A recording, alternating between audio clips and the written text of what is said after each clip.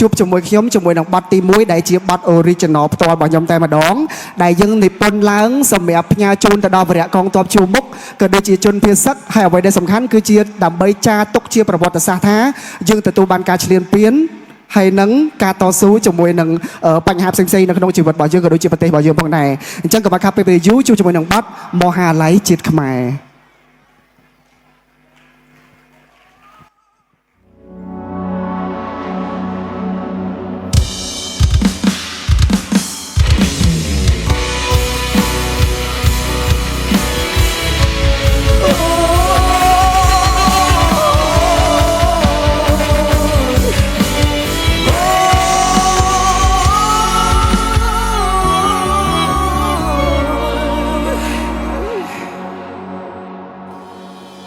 ជាចៅ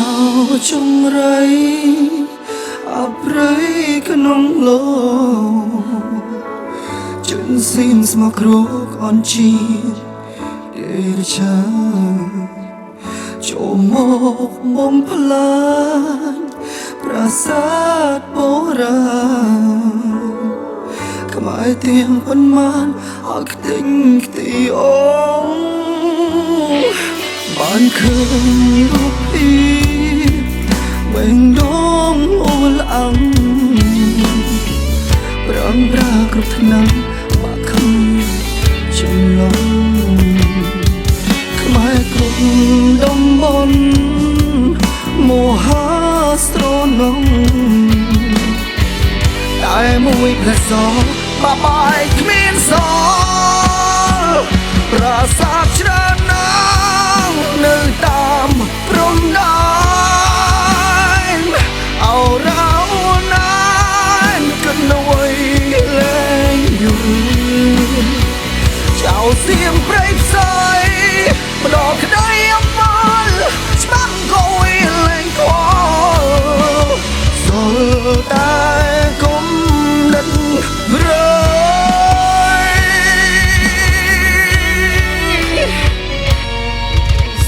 យកយន្តហង After 6សូមដល់បពួយលឿនពីលើរំលងក្រោតមកស្រោចយ៉ាងក្រៅ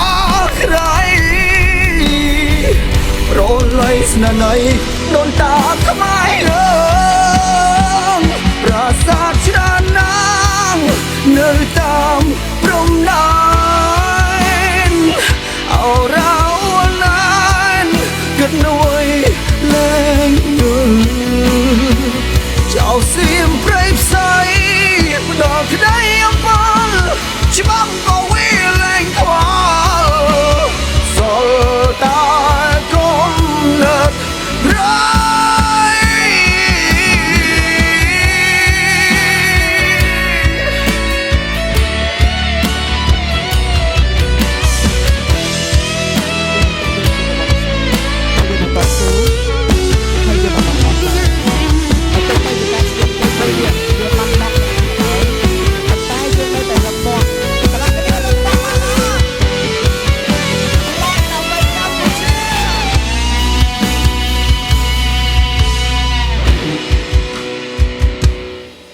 ជាខ្មែរឈឺចាំប្រំតកូនចៅកុំភ្លេងសត្រូវចៅសៀមជាឆ្លើ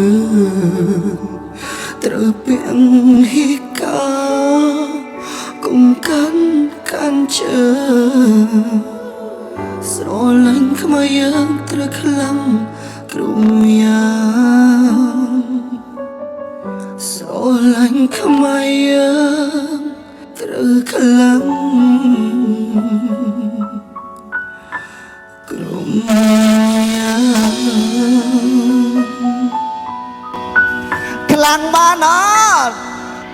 បាទបើសិនជាស្រឡាញ់កម្ពុជាត្រូវខំប្រឹងរៀនធ្វើជាធនធានធ្វើជាក្របពេជ្រសម្រាប់កម្ពុជាអូខេ